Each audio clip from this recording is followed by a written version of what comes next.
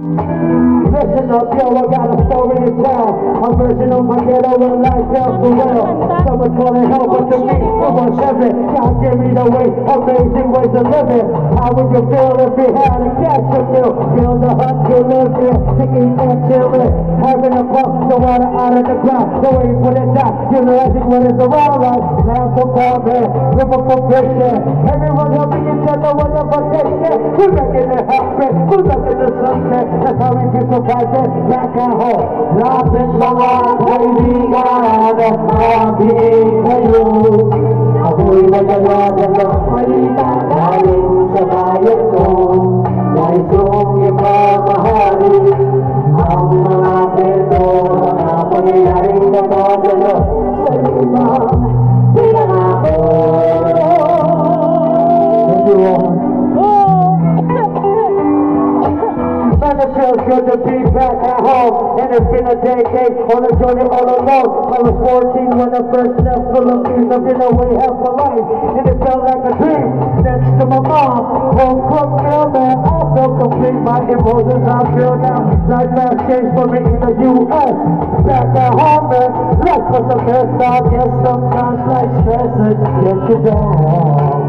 All your people, brother, we shall get ahead you out. Lapit sa mga kaibigan at mabigay kayo. Ako'y madalaga ng balita galing sa bayan ko. Nais kong ipamahali ang mga kwento, mga pangyayaring nagdadala sa lupa. Pinangako.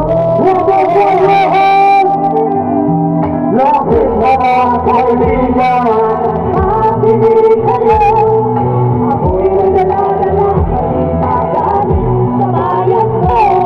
Nais kong ipamahali ang mga kwento, mga pangyayaring nagdadala sa lupa.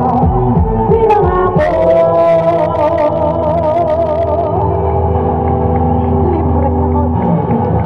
Thank you, Lord!